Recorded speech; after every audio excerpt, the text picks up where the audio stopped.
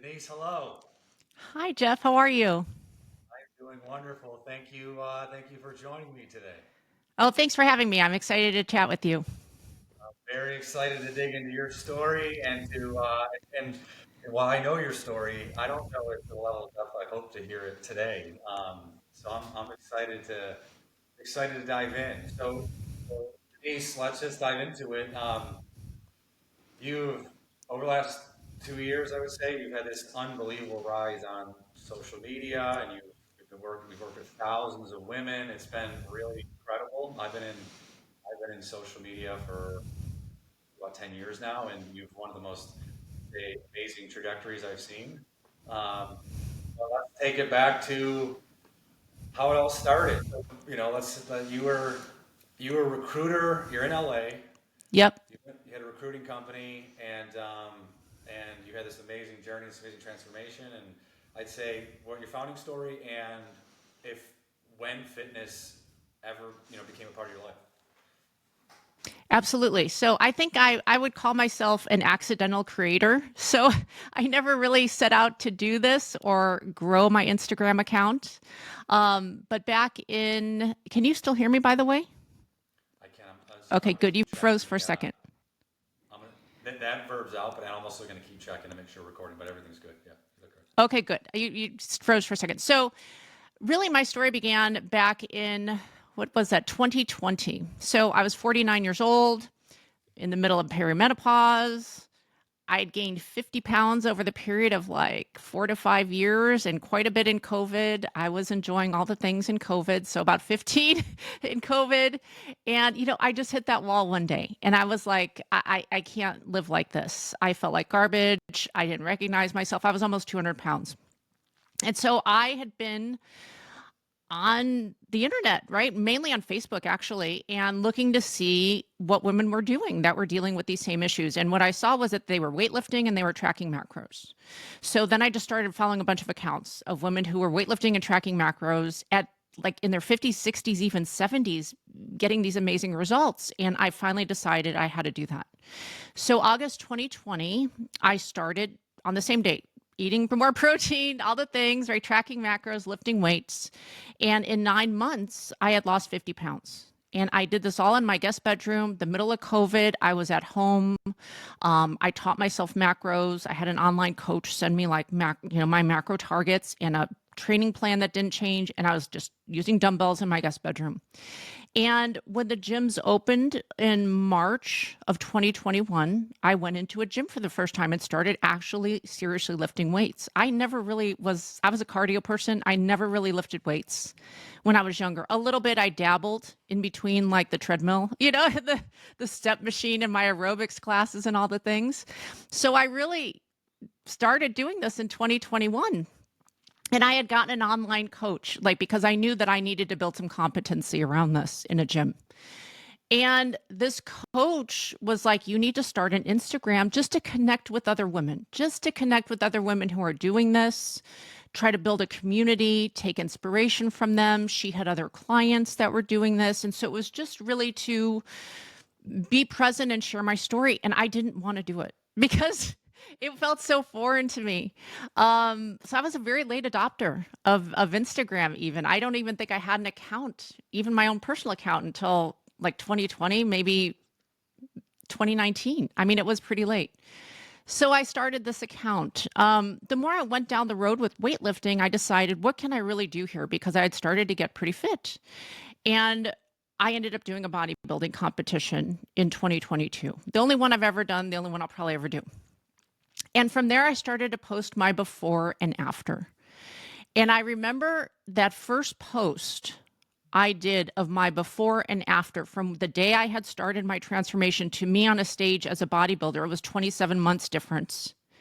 All of a sudden, that post, it didn't go viral, but I got like 3,000 likes or something. I had never gotten more than 100 or 200 or something.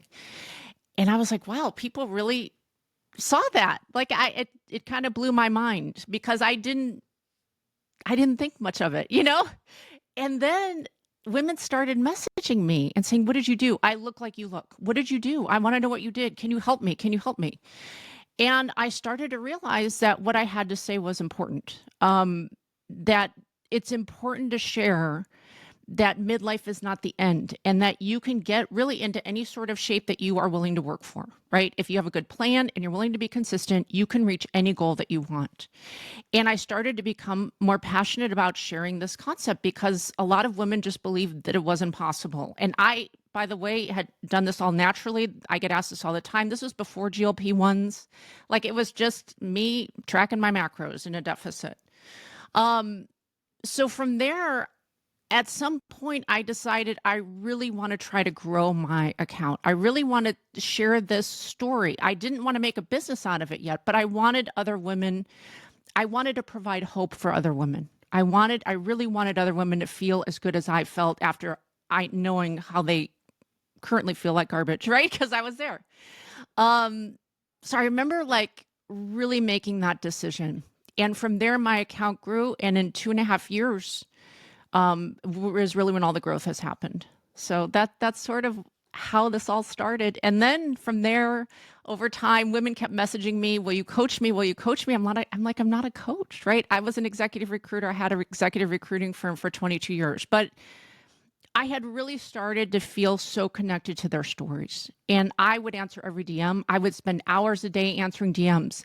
And I would literally every DM. I was like, I tried not to miss a one. And I would send them resources. I would tell them what coaches to go to, like ones that I had heard good things about or knew good things about, and resources on how to track macros. And I would direct them to places. And I just really wanted to help these women. And I'd get tears in my eyes because I was there. I knew what they were feeling. And I knew how awful that is when you feel like there's no bright future that you're looking forward to. And over time, I thought, and it was probably about, I would say it was like April of 2023, I thought, I'm going to coach. I'm going to do this. Like I started to feel like I was supposed to do this. I had gotten so many, hundreds of messages by then, hundreds and hundreds from women who were just, I look just like you. Will you help me? And I thought, this is happening for a reason and I have to listen to it. So that's really how it all started. It's pretty amazing. And if you don't mind, I'm going to go through a couple parts of that story. So just the first little thing from that, and the first part of the transformation you had was incredible. And if you don't Thank you. mind, to the extent you're like, I don't feel comfortable talking about that, or I don't want to put anything the wrong way, but it was a remarkable transformation, right?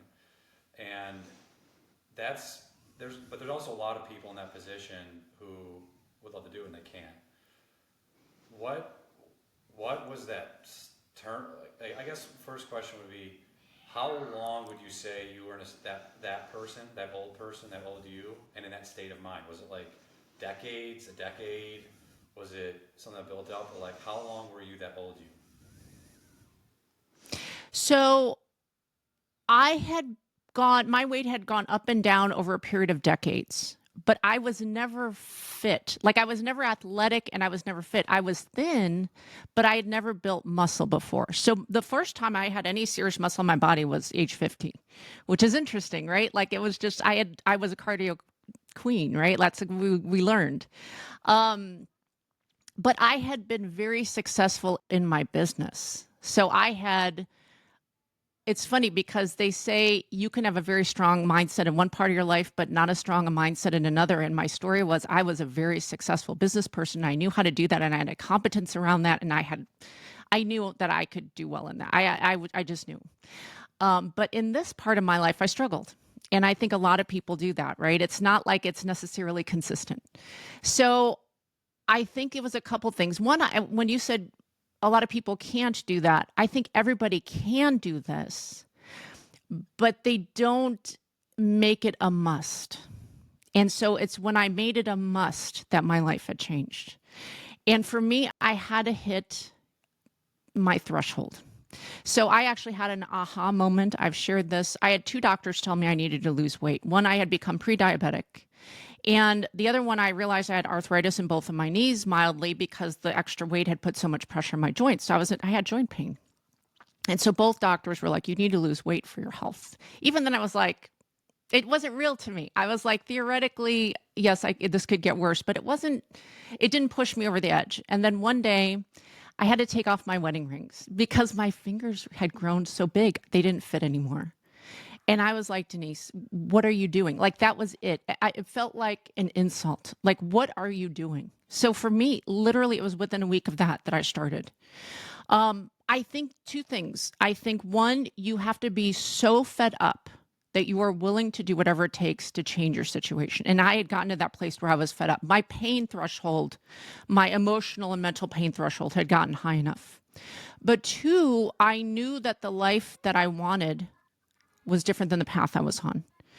And so what I did this time that was different because I had tried every diet, every program, everything you can imagine multiple times, right? And was able to achieve results for like 5 weeks and then not. I really created a vision for my life. I really thought about, you're turning 50. What is your legacy? What are you going to do? What's your future going to be like? I don't have children. Who's going to take care of me? If I'm heavy and out of shape and I can't get up my stairs, which I was having trouble doing, who's going to take care of? I really thought down the road, like, what's your life really going to look like? And is that what you want? And I created a more compelling vision for my future. And I really had that in my mind when I started on this journey. And that made the difference. I think you have to either be so fed up or have such a compelling thing that you're moving towards that it's going to propel you and keep you going.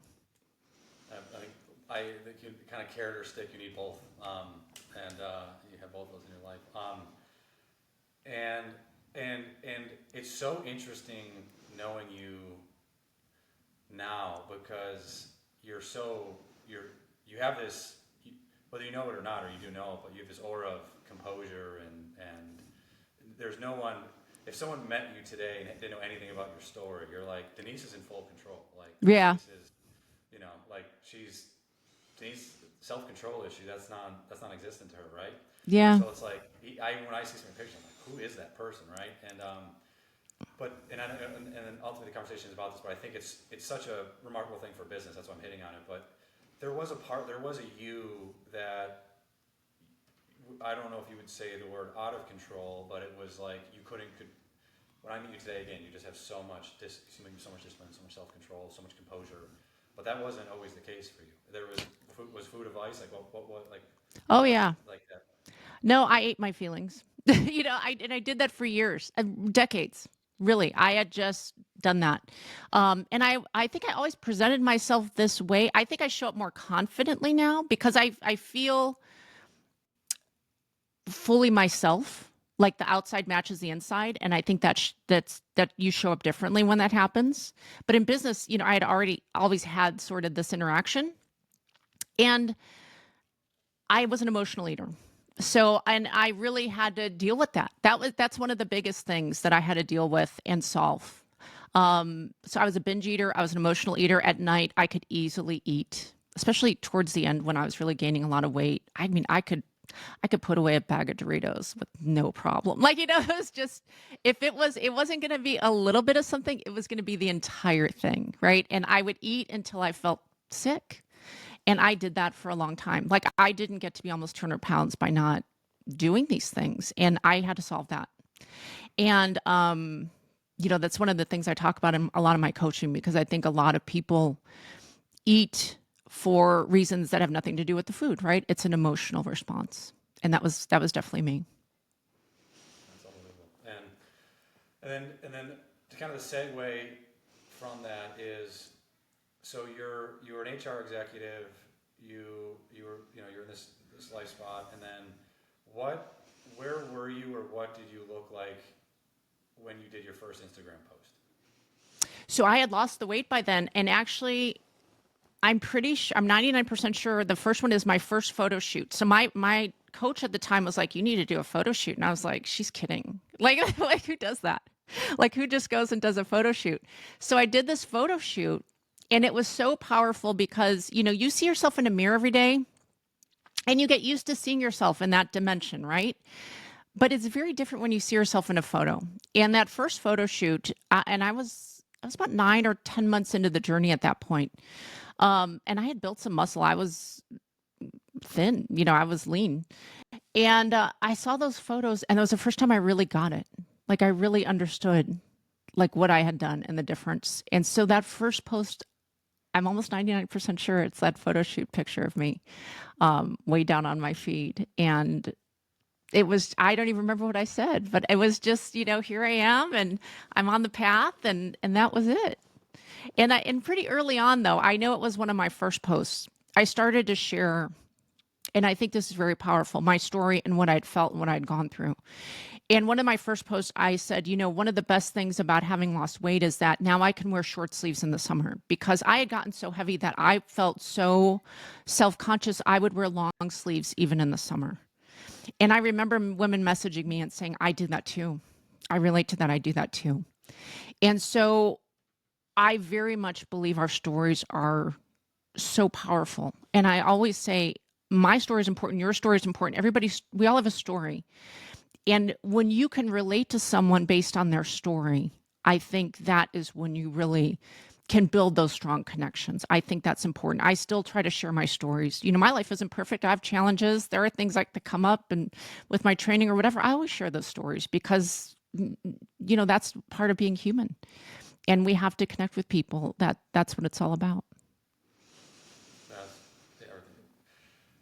you can feel it from you, and that's physical transformation, massive emotional transformation. Yeah, it's you can feel it from you. And so you're this executive, you have this problem you want to solve. You really put yourself through a transformation for a year, Mm-hmm. which is before you even do your first post, which I think is a lesson in and of itself to anyone in social, where it's one of the things that we say internally is kind of like the foundation is you, and you really need, just like you need to how to create reels and get good at social media, you really need to plan for working on yourself. Yes. And you need to, like, you're just putting you, the person, into the content. So it's like, how good can you make you? And you did that as really your prerequisite almost before you went to the content. And then when you did that first post, and I guess the subsequent post from that, was there any, I guess you're just so proud of yourself at this point, you're just like, I just want to share this and I'm just going to post, but were you timid at all to post? Yeah. I guess along the way, Yeah. were you A like, couple things. yeah, So I don't know. It's funny 'cause when you say I was so proud of myself, I don't know. I am proud of myself, but I wasn't posting for that. I was really like, you know what? I felt like at the time, again, this is early on, I didn't have any intention of growing my Instagram or anything. I thought, if I'm going to go to other people's accounts for inspiration and to learn, I want to add value too. Because that's not fair. If I'm just going around and like learning from other people, I want to be like, here's what I ate and here's this recipe that I learned that I enjoy and maybe you'll enjoy. So I'd always had in the back of my mind that I wanted to add value. Like if I was going to do this, it was going to be about contribution. And what I can tell you is in I remember it very clearly, in November of 2022, after I did my competition, I made the conscious decision that I wanted to grow my Instagram. And I waited an entire year. It just so happened before I launched my coaching company. And over that year, I said, okay, if I'm going to grow this and I'm going to have a business, I am going to spend the year adding value. I'm going to think about the issues these women have. I'm going to talk about how to solve them, because I understood that I needed to build a bridge from the old me, what I look like, to what I look like today. And they wanted to understand how to get there. And so that bridge became my content. And I added value, and I went on my stories and talked a lot, and I wanted them to get to know me. I also did something that I think for me, was the right thing. I didn't sell anything. I think people get sales fatigue. I think you have to be very careful about this affiliate code and that affiliate code. Like even for me, I unfollow. If it's just like, I can't take the affiliate codes anymore, I wanted to invest in my brand. And I thought, I want people to not be used to me selling them things, so that when I launch my company, it's like, oh, this is her. Like I didn't want them to have this sales fatigue. So I had worked a little bit with one company because I had some protein powder and would have shared that occasionally, but I didn't do any brand deals or anything like that until later. And then I became a sponsored athlete with First Form. And still now, that's the only company I work with. I don't work with any other companies. I think you have to invest in yourself first. But the other thing I wanted to say was, and maybe this is relatable, I had grown my account to 100,000 followers without saying a word. No one had seen me speak No one had heard my voice. I had literally just, here's a photo of me in the gym. Here's my Ninja Creamy. Um, and I was like, I need to say something because these people need to know me. And I remember that first time in my stories, I had actually gotten like in this little business coaching group thing. And the woman said, go in your stories and every day for 2 weeks, just talk. And it's not an exaggeration to say I was terrified because I had never done anything like that. This wasn't really natural for me. I was scared shitless, right, to do this. So I remember the first post and it was a Ninja Creamy and my husband was there and I said, don't show my face. I'm going to talk, but we're just going to focus on my voice. Like, do not show my face. So it was just me like stirring my Ninja Creamy and I'm talking about it. You could hear my voice. I was scared. But then from there, I did it for 2 weeks and I showed my face and I started to talk and people commented, oh my God, we hear your voice. We've never heard your voice before. And I gained confidence. And after 2 weeks, it became so much easier. And then you couldn't shut me up. Then I was like every day for months, I talked in my stories. And what happened was people got to know who I actually was. And the more that I did it and I got good feedback and I realized the world wasn't ending, it wasn't that terrifying, like it's okay. I realize that what I have to say matters. And I think for a lot of us that are hesitant to share on social media, there's always that little voice of like, why you? Like, what you have to say matters? Well, we all have things to say that matters. And it's just cultivating that belief. And I think that belief comes with reps. I think you just got to do it and you do it more. And you've got to balance this voice of authority with not coming across like you know anything or that you're perfect. I think that's where authenticity is very important as well. And for me, I've always tried to balance that. I try to show up like I know what I'm talking about, but I don't know everything. I'm never going to be an expert in everything. There's always going to be people that know more than me. I'm honest about what I know and don't know, but I'm not afraid of showing up and sharing what I do know. There's so many interesting rabbit holes I go down there, and that was great.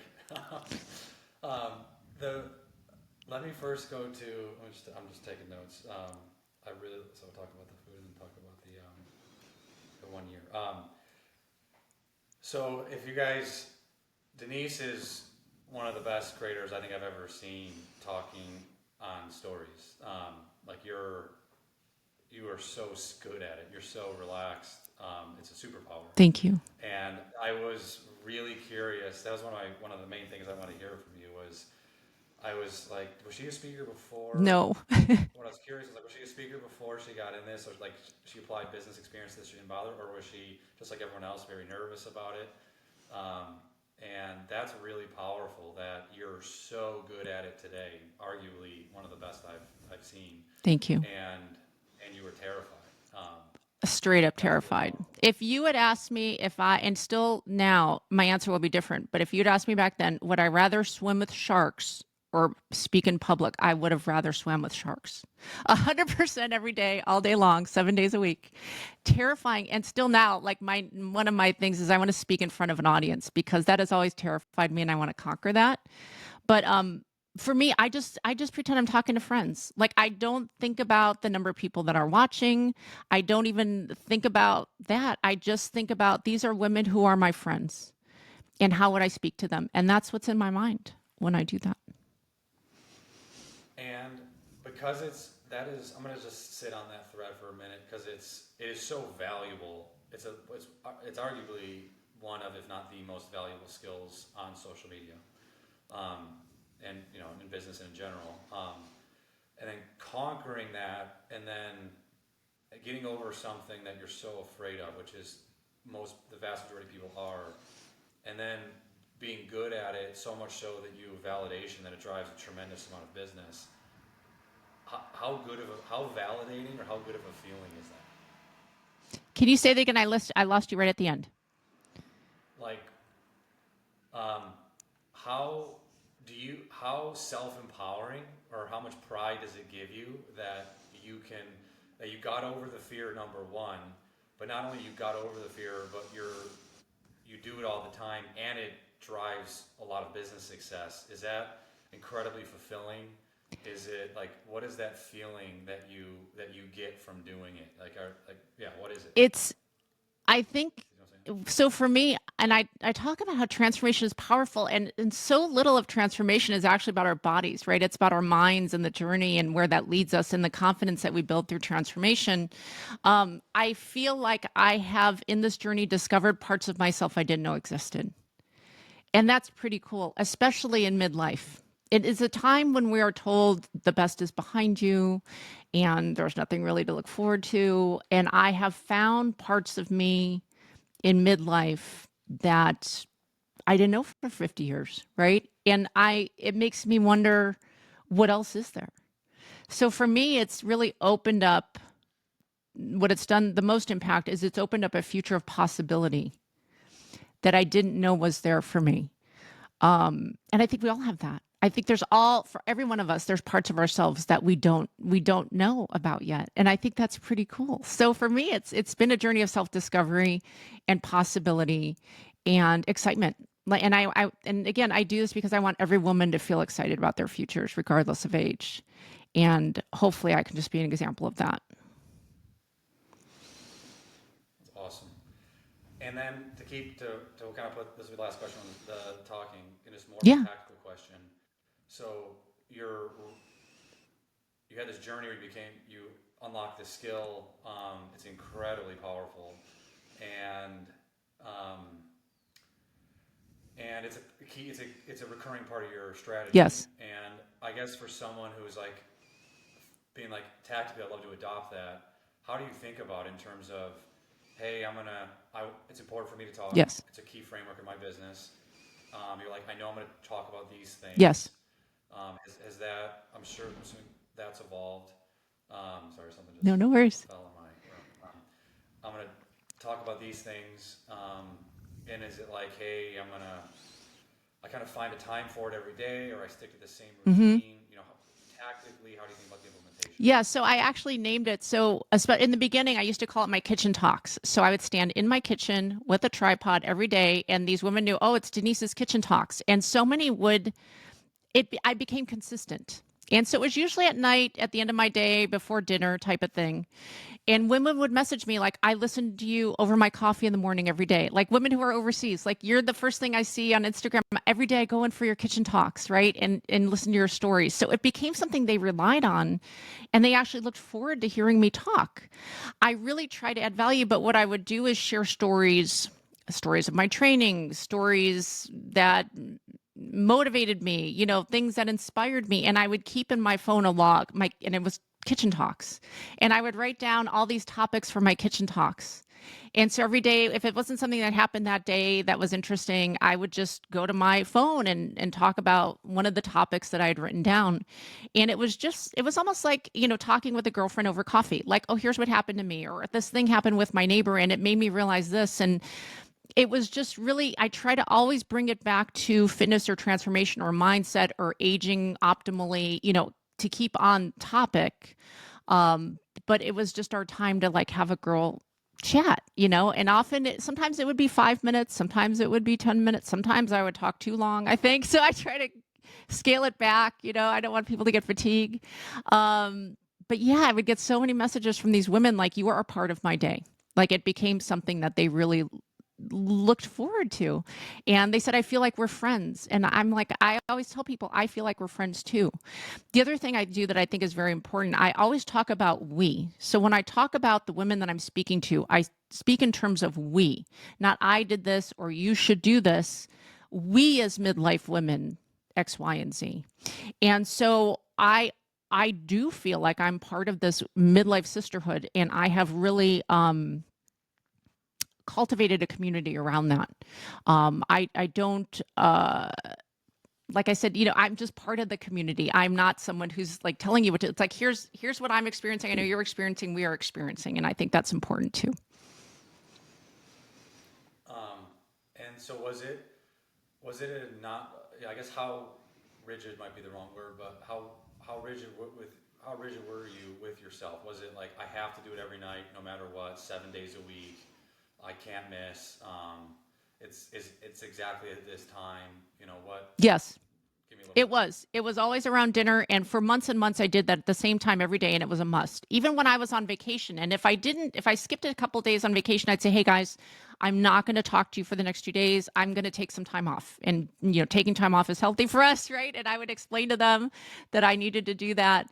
And then now I would say it's not every day like it used to be. I'm getting into a groove again, but in the beginning, it was definitely every day. Um, and I don't know.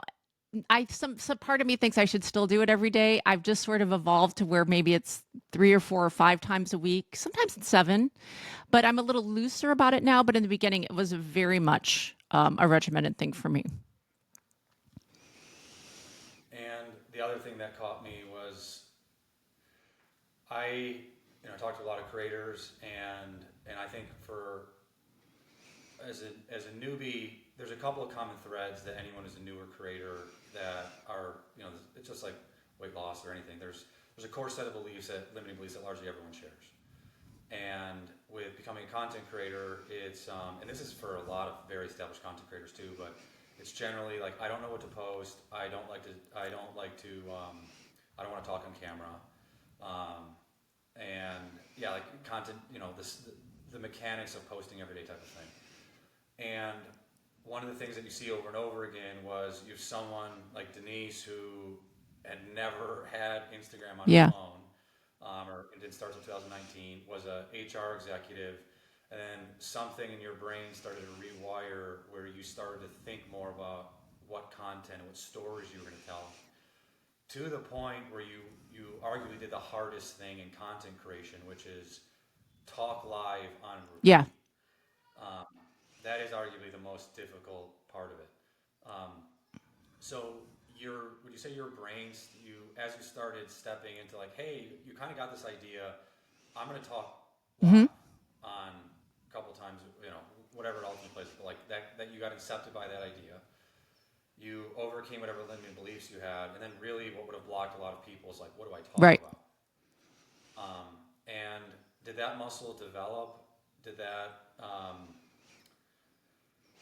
how did you, what was your process for coming up with content topics? And I'd say in addition to that, the a lot of people would have second guessed themselves and not have the confidence to do Yeah. it. So, I guess kind of limiting beliefs around doing it, and then how did you develop the muscle to come up with the content topics? I think what's funny for me is I find that to be the easiest part now. Like, I find creating posts and reels much more difficult than talking my stories. Like, I could talk all day in my stories. And I think it's because I can speak for my audience, which I know what my niche is, and I'm very clear on that. And I think that's important. It's midlife women. Well, I know the topics that we deal with because I experience those too. So I really take all my topics from my own life experience and or experience from my DMs. I pay a lot of attention to I get the same dozen, top 12 sort of issues that women will message me about. So those are topics. Like if you can't think of topics, think about what are the issues your audience is dealing with and start to just break those down. And you could even break those down into smaller segments, right? Like those are your topics. And then you can talk about them in a cycle because I might talk about loose skin, which is like one of the top 12 topics today, but I can talk about that in 3 or 4 weeks too because different people are going to see it, right? And it's still relevant. And I still get messages about that. So I think it's not that there's not enough topics. It's that we feel like maybe it's not profound enough or important enough. But really, it's about all these little daily life things that come up for you and your audience. And those are all, I mean, I feel like there's an endless amount of topics, actually. I think we just have to reframe it and not put that extreme pressure on it. Like I have to go and it's the most profound thing you've ever heard every day. It might just be, hey guys, I went to the gym today and I didn't want to. I didn't want to. I sat in my car and I procrastinated. And then, I was like, no, Denise, you are keeping the promises you made to yourself. This is how, we live our best lives. And I got my butt into the gym. Like that is something I might talk about in my stories. And that just comes from my daily life experience. And women relate to that. So what my playbook coach taught me was, right, the stories are where like the people get to know you. And they can relate to you, and you're talking about things that you're experiencing, that they're experiencing. And the posts are more to be seen, right? Like, that's going to hopefully you nurture in some of them, and the other ones, they're pushed out and they're going to go hopefully in the algorithm, and you'll be seen. But it's just about people getting to know you. And I mean, we all know ourselves. It's easy to talk about, here's the things I'm dealing with, and maybe you're dealing with, and I'll ask them, are you guys dealing with this too? Or did you see this? Or, oh my God, I listened to this podcast and here's what I learned. There's endless topics, and I have notes, like so many notes in my phone. Like, if something pops into my head during the day, I immediately take out my phone. In my notes, I have an Instagram note section, and it's just filled with stuff. So there's always stuff to talk about. We just have to get out of our heads about it. Yeah, and that's so good. So your mind is kind of primed to be. You are consciously aware that like a topic is like you're primed to look for a topic. Like you've built that Constantly. muscle where you're going through your day and you're like, yeah, Constantly. I write down yeah. notes constantly during the day. And and then and then this is kind of a tangent on it, but it's directly related. Is like as being someone, there's this psychological pressure of you have a big audience, you have an inherent dynamic. You want to look as good, you want to be relatable, but you also want to Yeah. look as solid as you can. If you have a day where you're like, I'm not going to the gym today. Like I don't feel like it. Like I feel like shit today. Like are you is ever? I guess the question would be if you were saying on a scale of most vulnerable. I don't want to throw you under the bus here, but I'd say most vulnerable, most transparent out of a 1 to 10 scale. Where do you think you put that? 10 being like extremely vulnerable, extremely open, one being like shut off. Where would you put yourself on that scale where you're like, Mm-hmm. I try to anchor Yeah. some things, or I'm just like, if I don't feel like it, I'm sharing it. No, I think you have to have boundaries. And I was very intentional about, here's what I'm willing to share and here's what I'm not, because we all need to have boundaries. Like, you will never see me crying on Instagram. Like, I see people do that. I'm like, we don't need to share all the things necessarily. I'm not going to share personal things about my family or my husband or what my mom or, all those things. I think we have to decide. And I'm not saying that's wrong. For some people that works, but you have to be very clear on what your boundaries are. Um, I share a lot of that kind of stuff that's relevant. So for me, and I become a little more raw. So I used to use filters, and I used to only show up fully made up. I go on my stories sometimes first thing in the morning in my pajama top with no makeup. Right, like here I am in my drinking my coffee, and I'll be like, "This is what 50, almost 55 looks like. I have wrinkles. Like that just is how it is." I stopped using filters about a year ago, almost. It was last October, so not quite a year, because I kept thinking, if I am going to be talking about how aging is wonderful, I can't be sitting here with filters on and be like, trying to hide my age. I got to walk the talk, right? So, but in terms of like when my life goes sideways, I'll definitely say, you know what, guys, I just did not feel like going to the gym today. I'm switching out that day. The plans have changed. I had to pivot, or, I feel like garbage for this reason or that, or I slept horribly last night, and, I didn't do the things, I didn't go to bed early enough. I didn't do the things I should have done. Right. And I learned from that. I definitely will do that. So on a scale of 1 to 10, I don't know, maybe a 7. I don't think anyone should be at a 10. I think we all need to keep stuff. But I'll share a lot. I'll share more than most and less than some. That's great. That's great advice. I think that's spot on. It's so good. There's so many things I could ask and rabbit hole that could go down. So you are posting on social. I love that you waited a year Yes. until you're like, I'm not going to sell. I'm going to build my business. When it came time to launch and then then you started on high tech coaching first. Um, was there any limiting beliefs around that? Yeah. Was that just like you had so much validation from the audience that you're like, I feel great about it, or you've knocked over a lot of things, obviously, that stops a lot of people. What was that? What was that journey for? Like, what was that journey like Yeah. for you? I think I still navigate that a little bit. I started to educate myself, right? I started to learn all the things that I needed to learn in order to help these women. I knew what I did, but I didn't, I couldn't tell you how to track, like calculate macros for someone. So I started to really educate myself. And then at about the time, it was very interesting. And I think this happens to people. And I was never this person. Even though I live in LA, I wasn't like, believing in manifesting things, but I think I did. And so what I had found was this is the first time I'd ever listened to my inner voice. My inner voice was like, Denise, you need to do this. And I was like, I'm going to listen. First time in my life. People started showing up, like just showing up out of the blue that were exactly what I need. So I was like, how am I going to do this fitness programming and be able to train? I'm not a personal trainer, right? Like I had never done that before. Coaches started showing up. I want to work for you. I've been watching your stories. I think you're amazing. I believe in what you're doing. They started to show up.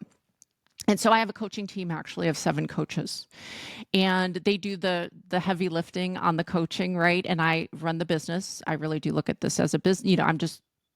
I'm an entrepreneur, so I'm running the business and I run our group coaching. But still, I will never be the person. I'll never be the best personal trainer. I'll never be the most proficient person in creating macros. I'll never be the best coach. And that's not my goal. My goal is to build a business and hire people that are smarter than me to do the things they're excellent at and be a leader and allow them to fully step into their own. So, still sometimes I look and I think, oh, I'm not going to be the best, personal trainer. And I see people on Instagram and I'm like, they're amazing at this. And sometimes I feel like, ooh, maybe I'm not as good at that. I like, you get those feelings of inadequacy sometimes, but we're all at different places. We all have a lot of value. And I know, but I can tell you that I know we deliver excellence in terms of what we offer. And it's because I've hired excellent people. So I think you have to believe and know that what you are offering people is excellent.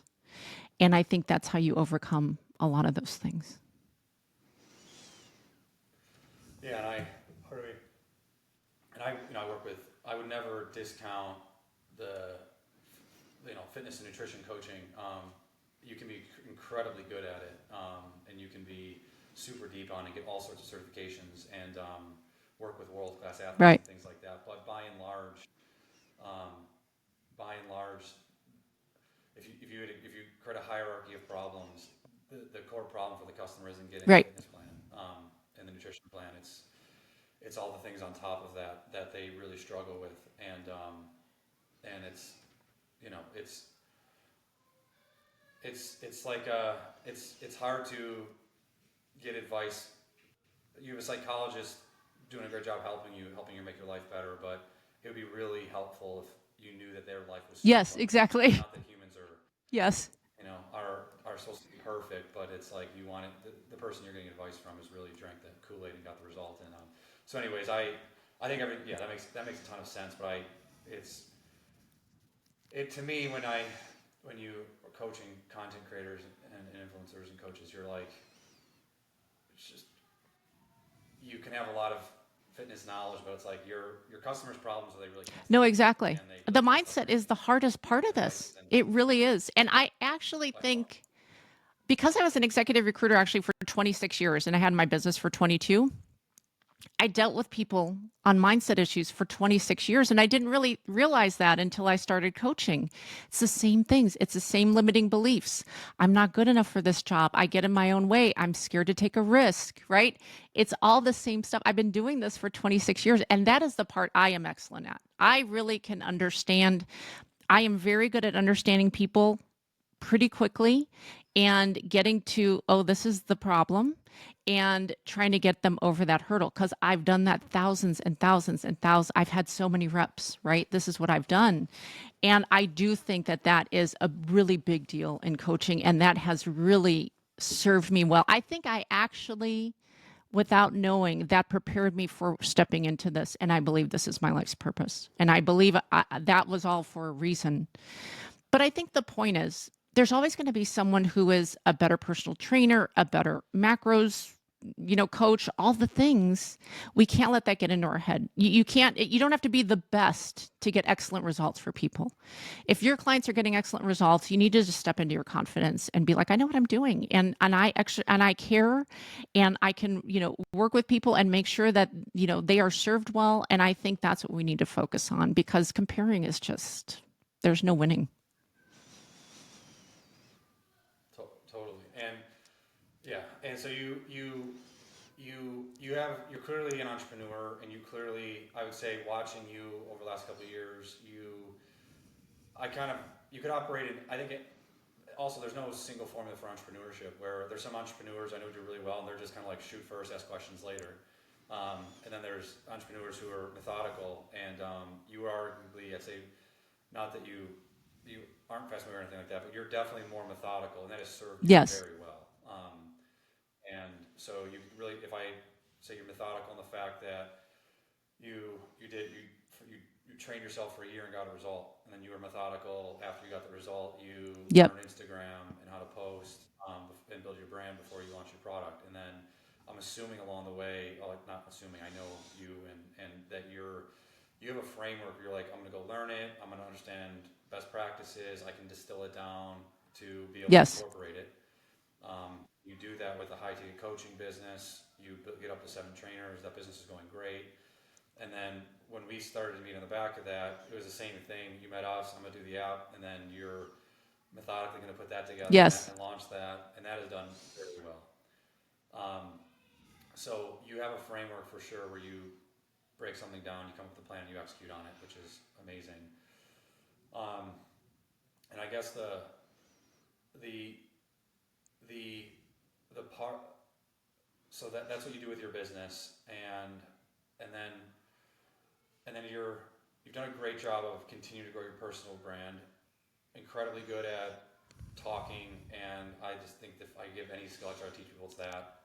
Below that, you have let's talk about your Hmm. posting, kind of your non-negotiables that you have with your posting. You have to post every single day, and then so you kind of, do you have a method that you look at for that? And then you've obviously had some posts that are extremely Yeah. viral. So let's talk about just Yeah. It's very interesting because I have grown a lot through viral posts, right? Um, so so first of all, my goal is always to post 5 times a week. I'm not an everyday poster. And oddly, I have that whole list in my phone of Instagram post ideas, but I do them the day of. So I don't schedule my posts. I don't have it like super organized. I don't have a posting calendar. I wake up. I have this creative side and I like to write. The other thing is, and this is for me, I actually think this is important, but this is my personal opinion. I do not use AI to write my posts. I like to write. I like to be creative. I think when things come from the heart, you can tell. I think that I don't want to be controversial. I think it's soulless. When I read those AI posts, I can sniff it out in 2 seconds, and I personally find it soulless. So I wake up in the morning, I get my coffee, I decide on my topic. It will be the topic that I feel resonates with me that day. Some days I won't be in the mood to do something, some days I will, and I will just create it right then and there.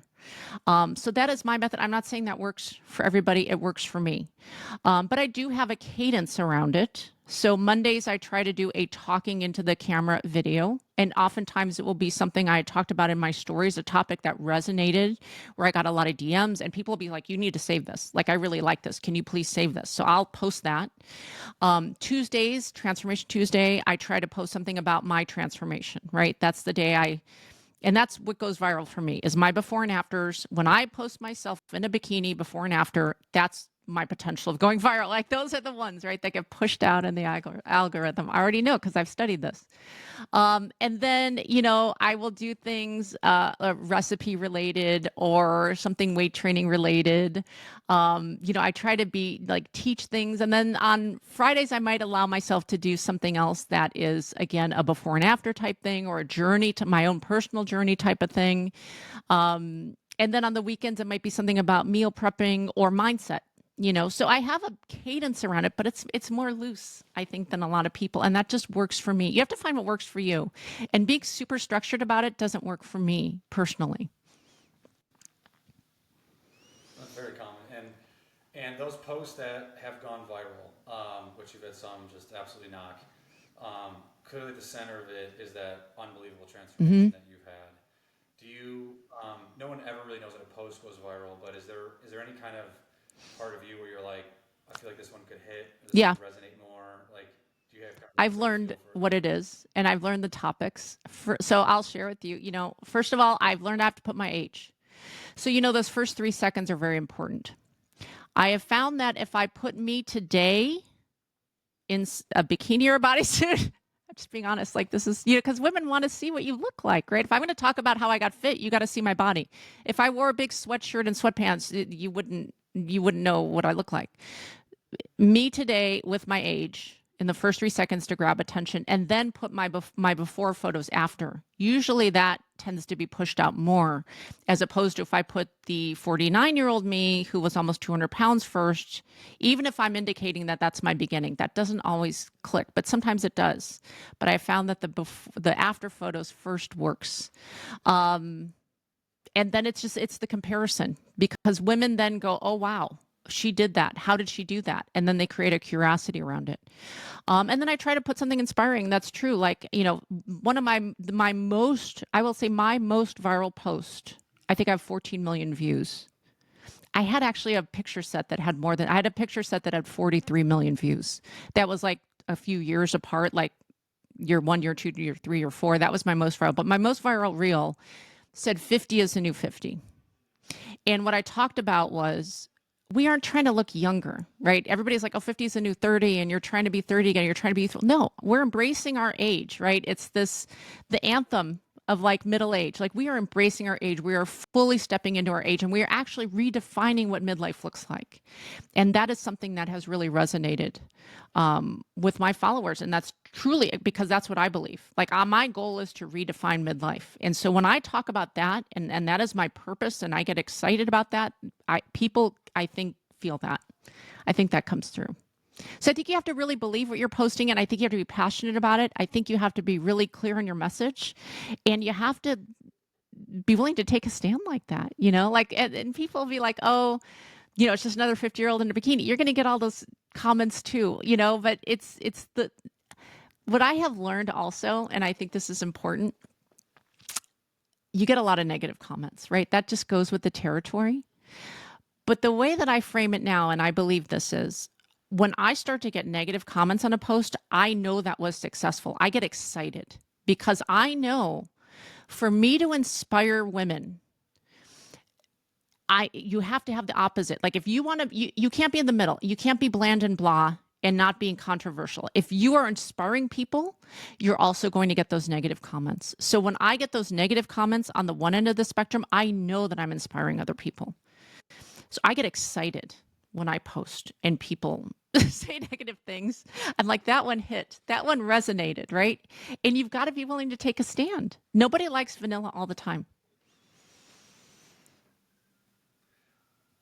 There's three questions, and that one is a continuation of that. So you you you really new. Let's frame in this. So you're new to social, and then you had been an executive, so you worked with plenty of people, but nothing could probably prepare you for being in No. front of millions of people, right? And then with that, just to your point of being in front of millions of people, comes there's a lot of really shit. There's a lot of Yeah. amazing people out there, and we all do that for that. But there's a lot of Horrible. shitty people Yeah. out there. Um, did you get hit by that? Like you seem like a strong person at the same time. Like you've changed so much. Like in the beginning, did that hit you really hard emotionally? I'm assuming did that get built up like a muscle? Like in the beginning, how much did that impact you? And Yes. then has that So changed? when it first started happening, I had that one post that I mentioned that went viral. That was early in 2023. And I think I got like 70,000 followers from that one. Like, it was insane. Like all of a sudden I was like, I didn't know this could happen. Like I was not prepared. And so many horrible, like I have been called every name in every language, old lady, grandma, like worse than that. Like, you can imagine. And so when that post went viral, like I got it all. And I let it bother me for like 2 days. And I remember I was kind of depressed and I'm like, I don't want to do this. And I was telling my husband, like, what is wrong with people? And they were just saying horrible things. And you still look old. And like, like you look like my grandma, like they're just like ripping me apart. And I thought, you know what? I've got to make a decision that I'm either going to let this bother me and derail me, or I'm going to have to really stand firm in my purpose and not care. And from then, I just decided I do not care and I block and delete. I block and delete. If you even get a little bit out of line with me, you're a little bit negative, you're a little bit condescending, you're a little bit insulting, I just block and delete because I don't want that energy. And I get to choose. I get to choose who gets to be in my world. I just immediately block and delete. I don't give it another thought. So I allowed myself to feel those things and then I chose not to live there. And I think you have to for your mental health because this is the deal. You have to be willing to take the hits if you want to be willing to do it. It is the deal. And there's no doubt. And then, so you've definitely had to build mental frameworks where in the beginning you would say, like that point, there's some comments that may have lived with you or lingered with you for quite some time.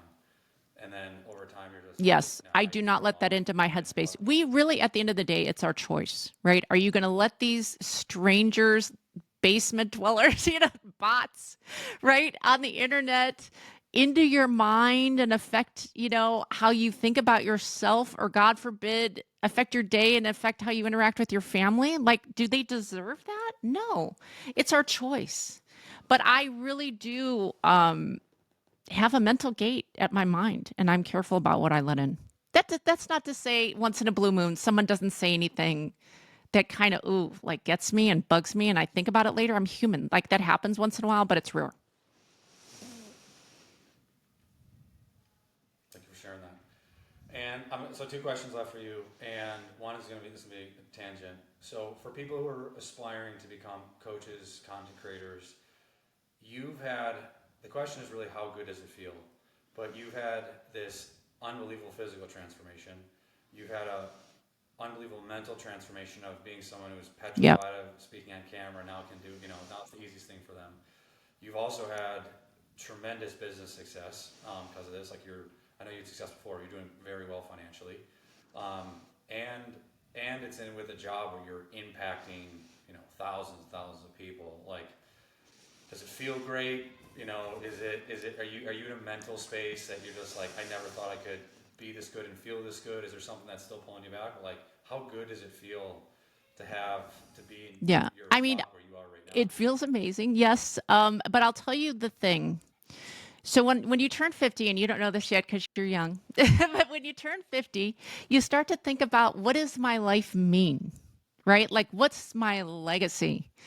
And I don't have children. I've talked about this. So I was like, most people, their legacy is going to be attached to their children. I don't have that. So I really, this all came at a time where I was searching for what am I going to leave? Like, what's my purpose?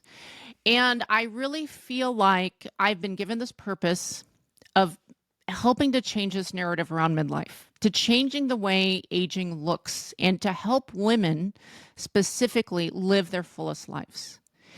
And my number one, the mission at my company, our number one mission is to help women to step into their fullest versions of themselves. My personal and our company's, mantra is all about that. Profitability to me is second. I've always placed that second because yes, I could have more money and I could buy more things and I could do more things, but I really want to make an impact and have my life matter. And I get choked up because it's truly, it really is why I do this. And so to feel like I have a purpose is fulfilling beyond words.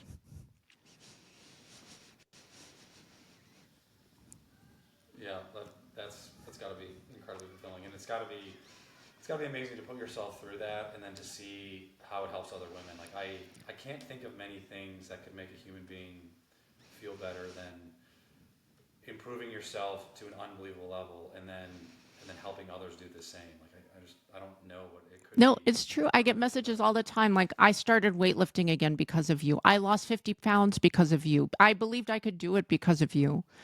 And it still amazes me when I get those, because to think that I could inspire someone to improve their health. And, it's not just about that. I talk to some of our clients and they're like, I went on this fitness journey and now my kids want to go to the gym with me, right? And now my kids are eating healthier because they're seeing what I'm doing and they get curious. It's like teenagers and they want to do this. And so these women are changing not only their fitness, but the fitness for their lineage, the generations. Like their kids are going to potentially grow up healthier, and their kids are going to grow up healthier because they've set this example. So when you think about how powerful this impact can be, that I've made a change and that inspired you to make a change and you're inspiring your children to make a change. I mean, it is really, to me, it's amazing. I just get absolutely amazed when I think about the potential impact that each one of us can have. Like I always say my story is no more important or special than anybody else's. Like we all can have these amazing impacts. And that's the part that really, I don't know, it lights me up.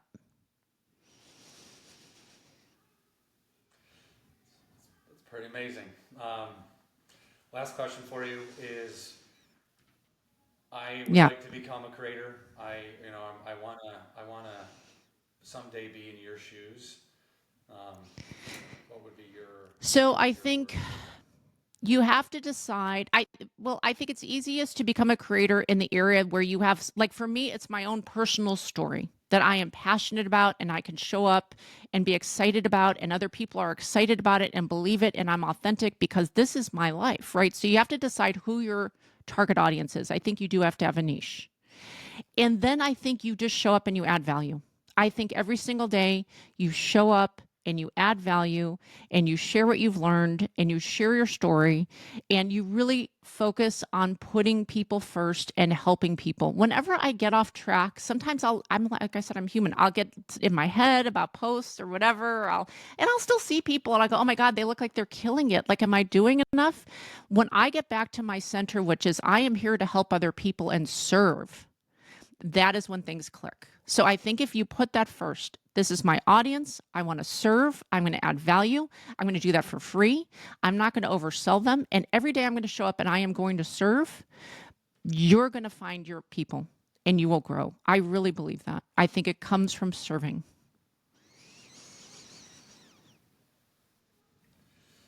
It's a great way to frame it. Well, you are awesome, and I'm so grateful No, it for was you being wonderful. with me Thank you. today, um, and sharing this. Yeah, this is great. It's really, really great stuff. So, um, hopefully we can do this again soon. And just want to say grateful for your time. And this Anytime. was Thank you. And I excellent. always love sharing my story. So thank you for the opportunity. All right. Take care. Thank you.